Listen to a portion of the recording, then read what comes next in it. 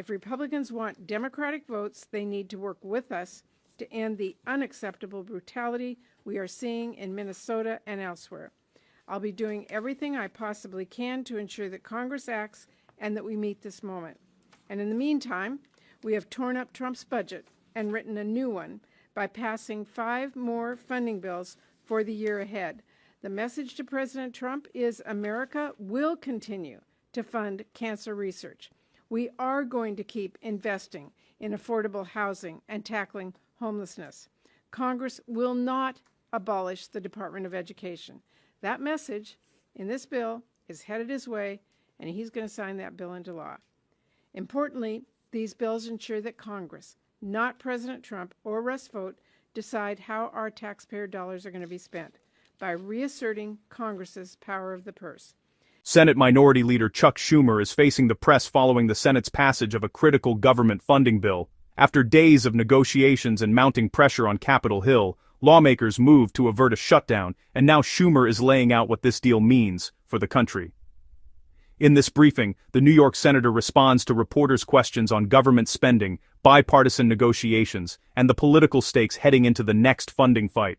Schumer defends the outcome of the vote while pushing back on criticism from Republicans and addressing concerns from within his own party. This press conference offers a clear look at Democratic leadership strategy, the challenges ahead in Congress, and how Washington plans to keep the government running. Stay with us as Chuck Schumer breaks it all down, right here on Capitol Lens. Don't forget to like and subscribe. Comment your thoughts in the comments section. Into making this happen. Couldn't have happened without her. I'm proud to introduce Patty. Thank you, Chuck. Thank you. Well, all week, Senate Democrats have been exceptionally clear. We cannot and we will not pass the DHS bill until ICE and CBP are reined in. We laid out a clear and common sense path forward past these 5 funding bills we all overwhelmingly agree on, while splitting off the DHS bill and forcing Congress to take action to rein in Kristi Noem's out-of-control department. And tonight, that's exactly what the Senate did. Look, this is a pretty somber moment that we are in. I very seriously doubt the White House would have agreed to renegotiate constraints on DHS if not for the national outcry from the American people. America saw the killing of Alex Preddy, and America was rightly enraged, not even 3 weeks since the killing of Renee Good.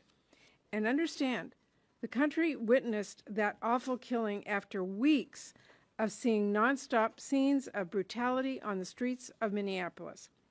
But because the American people said enough, we were then able to press the Republicans to split off the DHS funding so we can now work on oversight.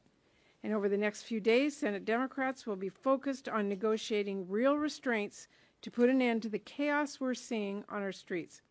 For years, Republicans have warned of rogue federal agencies infringing upon people's most basic constitutional rights. That, of course, is exactly what is happening now. So if they are serious about those warnings, if Republicans are serious about preventing Americans from being murdered by masked federal agents, they will work with us over the next 2 weeks to rein those agencies in, which is what the vast majority of Americans are demanding we do. If Republicans want Democratic votes, they need to work with us to end the unacceptable brutality we are seeing in Minnesota and elsewhere. I'll be doing everything I possibly can to ensure that Congress acts and that we meet this moment. And in the meantime, we have torn up Trump's budget and written a new one by passing 5 more funding bills for the year ahead. The message to President Trump is America will continue to fund cancer research.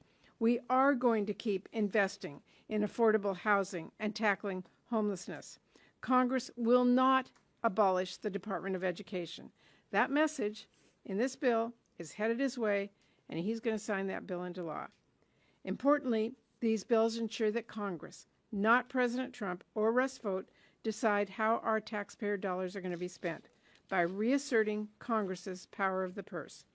Getting these bills signed into law means President Trump and his cabinet secretaries will no longer have the legal authority to unilaterally defund programs to fund their own priorities, or to pick and choose which projects to fund. That matters. That matters, and it is a very important victory for the American people and for our democracy. We have to remember that Congress is a co-equal branch, but it has to act like one. Democrats being at the table made a difference in these bills. We held firm to protect NIH. We held firm to protect affordable housing. We held firm to protect public education. And we held firm to put working people first. And because we held firm, we got major concessions out of Republicans, forcing Congress to do the right thing on many, many issues, even if it meant going against Trump, something that was unthinkable this time last year. And now we are focused on doing the same thing when it comes to meaningful DHS reforms. Senator Schatz.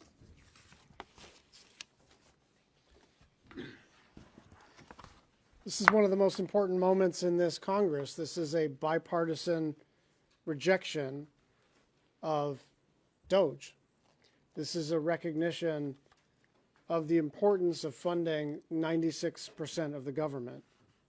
It is that. And we are hopeful about that. And we are glad about that. But it's also about what comes next. This also puts us in a position to negotiate over some very simple principles. This is not an immigration negotiation. This is not a question of partisanship. This is a question of whether you think it's okay to have a person with no badge and no ID and no way to even know that they are a law enforcement officer come in and rough up your neighbor or your family member. And so the next 2 weeks are essential. Agents need warrants. They need to properly identify themselves, take off their masks, and wear body cameras. And understand what we are asking for is what police departments do, is what your local cop does. It's what any well-trained law enforcement force does. We're not asking for some progressive wish list. We're asking for these individuals to conduct themselves at least to the standard of your local police department. The status quo is unacceptable. I've never seen anything like this. Don't forget to like and subscribe. Comment your thoughts in the comments section. Watch out for Part 3.